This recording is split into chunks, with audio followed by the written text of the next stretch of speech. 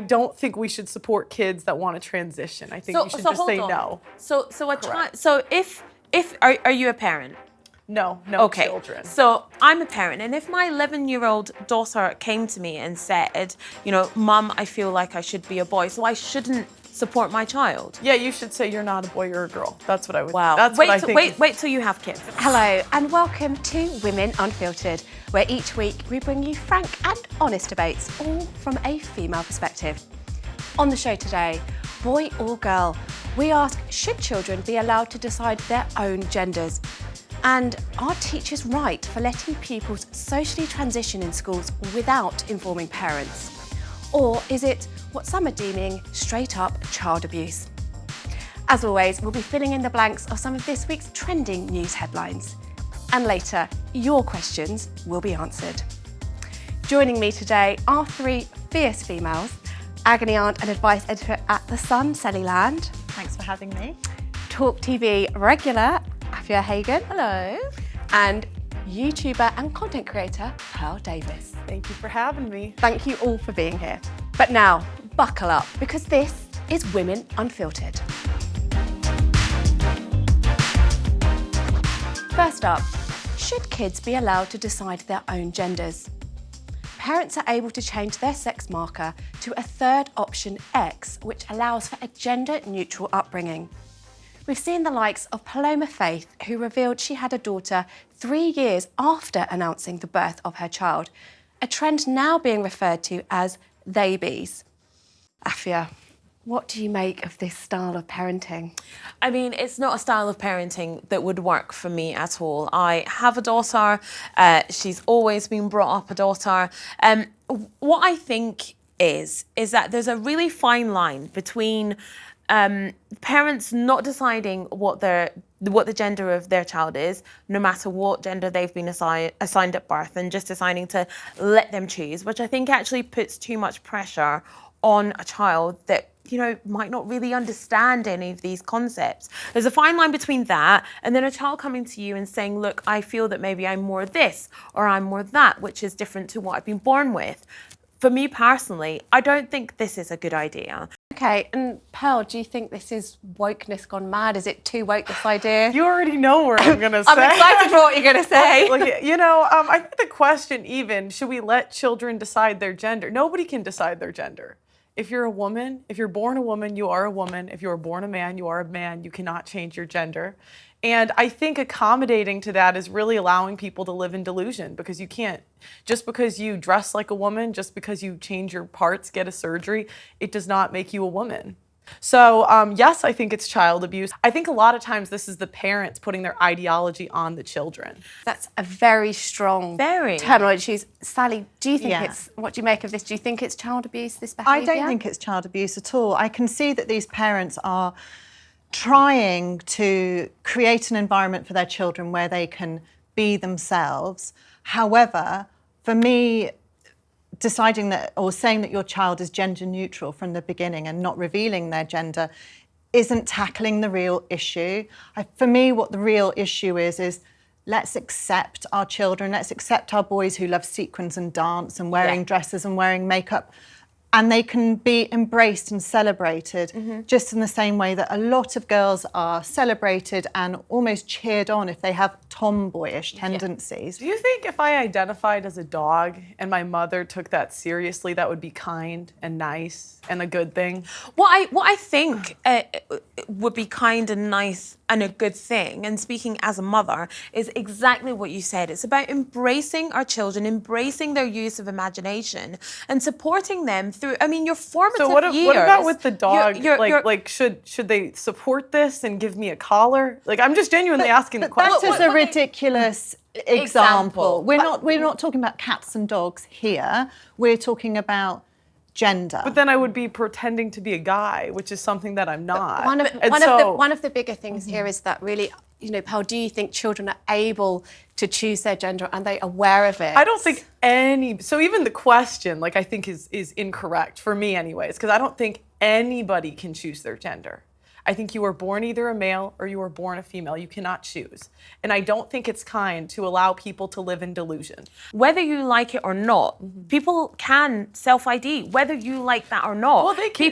People can do that. Some of those people will be children. What I think is kind is... People can self-ID, but that doesn't change their sex. It doesn't change their gender. What I think is kind is, when we're talking about children specifically, which is what we're doing today, is that we have to be supportive of our children. Like you so rightly said, I think it's such a brilliant point that, you know, if we need to embrace boys who like sequins and Barbies and whatever, and girls who like tractors and all those male stereotypes or whatever, it doesn't mean that either of them are born in the wrong body. They just like what they like. And we need to be able to support our children through that. That is actually what is the most important thing.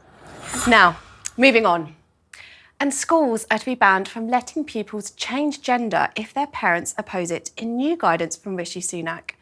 This comes as parents of pupils attending a school at the centre of a cat gender row have reportedly slammed teachers for focusing on woke issues instead of education. Sally, do you think schools need to exclusively focus on, you know, the traditional subjects and educating our children? Well, there is a lot of amazing work that teachers do on top of education. I see it in my inbox every single day. Teachers writing in, asking for help with parents who've fallen out and the children are suffering. They're helping children deal with poverty, all sorts of problems. However, I really do feel when it comes to the issue of gender, it cannot be decided with the parents outside of the room. It has to be a collective agreement and ongoing discussion. Pearl, what are your thoughts on this? I agree. I think it's not the school's place. And I don't think they should really allow that, like calling the kids the opposite gender, because again, kids are very, they're easily confused when they're young. I was a tomboy when I was a kid, and I'm glad I didn't have a teacher there encouraging me to switch my gender. So yes, the parents, that is in the hands of the parents, not the school. Right, and what about if a child chooses to identify as a cat? But this is how ridiculous it is. Like this shows how ridiculous this whole argument is. You cannot identify as a woman, you cannot identify as a man. As a man, you cannot identify as a woman, and you can't identify as a cat. And I don't think it's kind to allow people to live in delusion.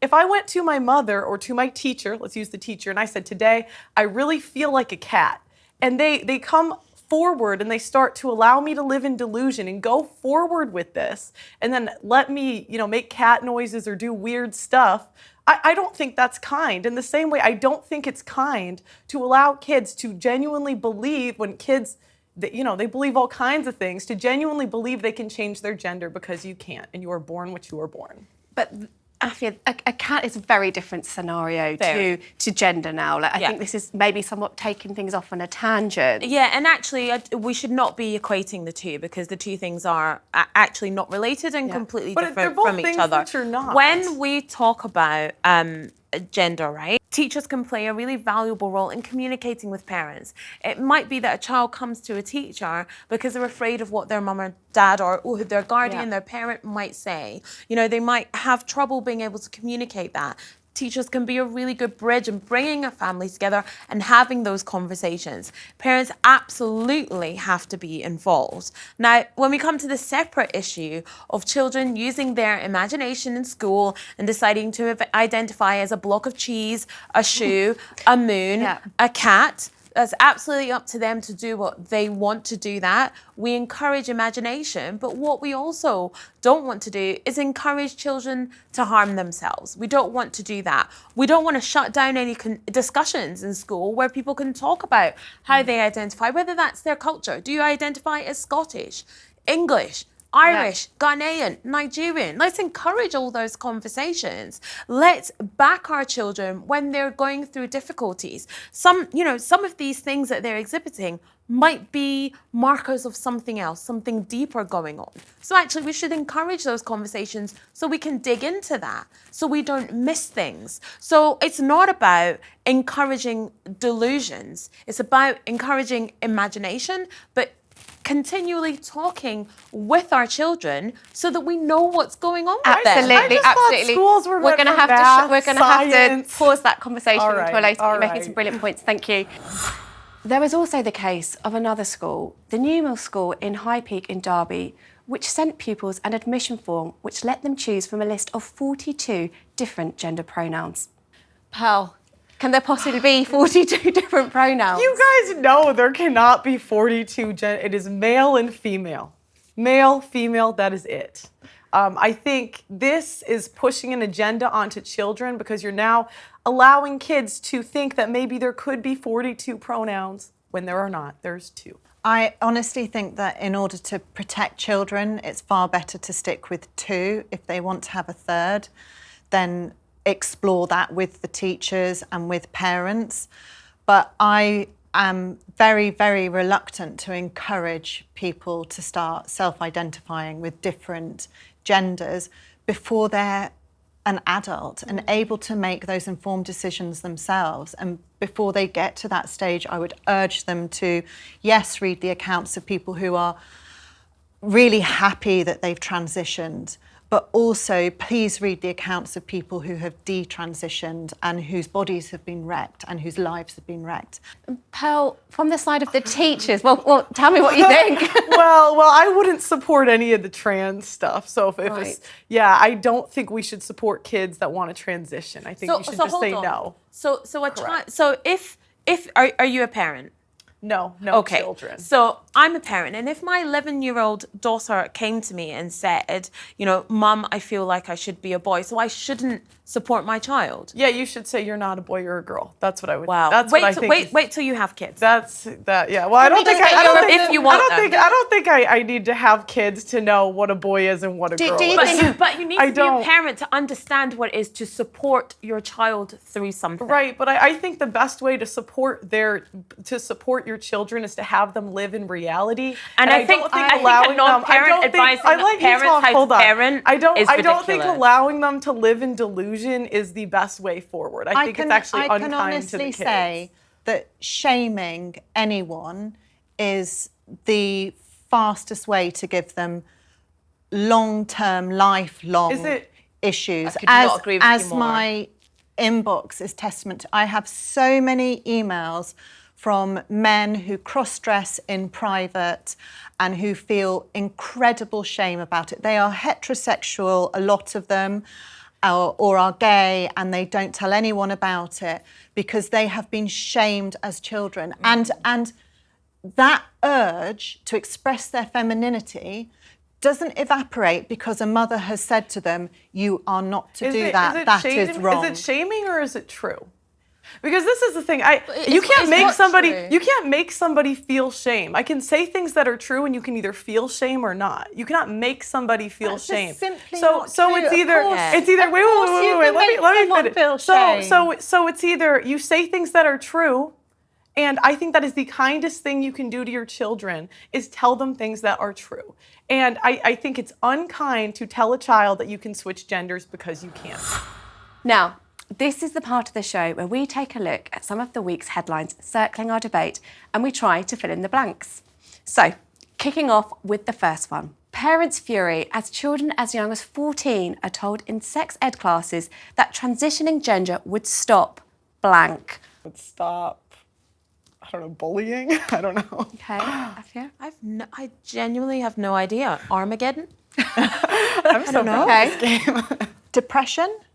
It's actually Pearl was right, it's bullying. Oh, no way! Oh, okay. So transitioning as young as 14 would stop bullying? Yeah.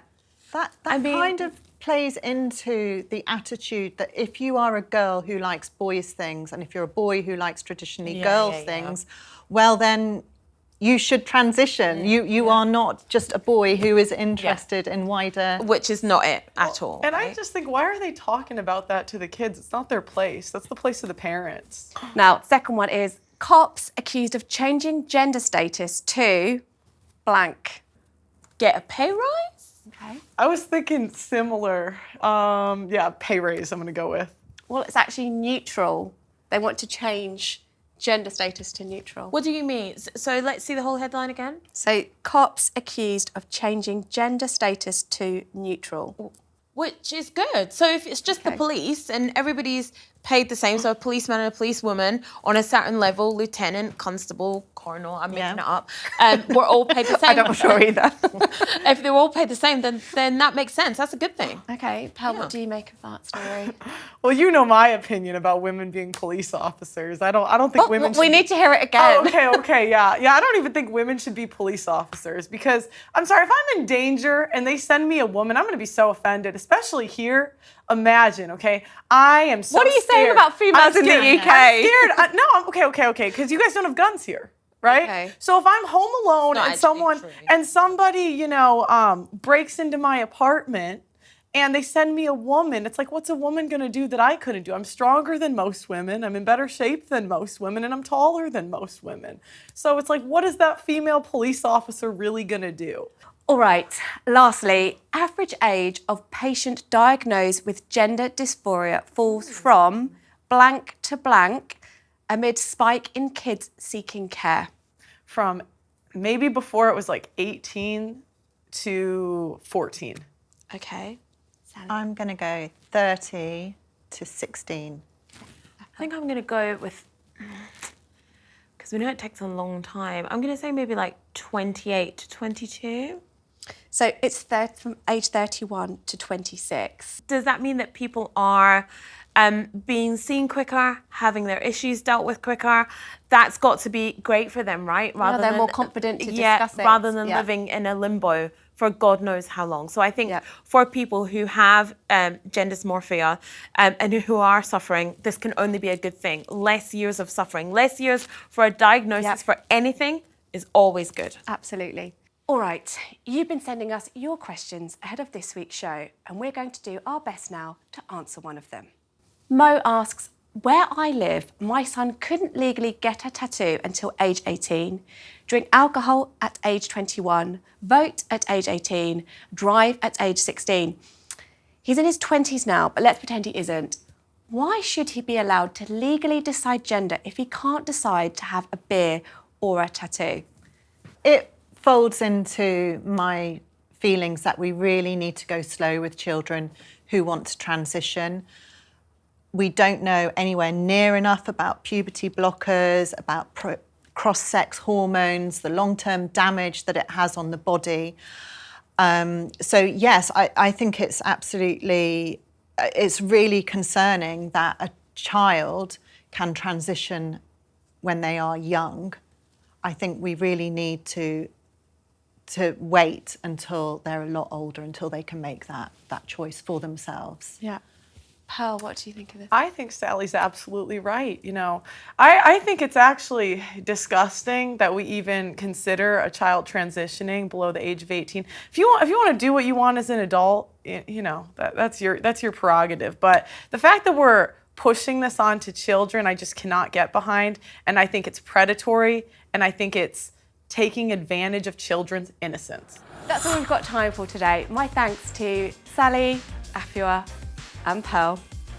Don't forget to like, subscribe, and let us know in the comments what your thoughts are on this debate, whether you agree, disagree with any of us. And we'll see you next time for more Women Unfiltered.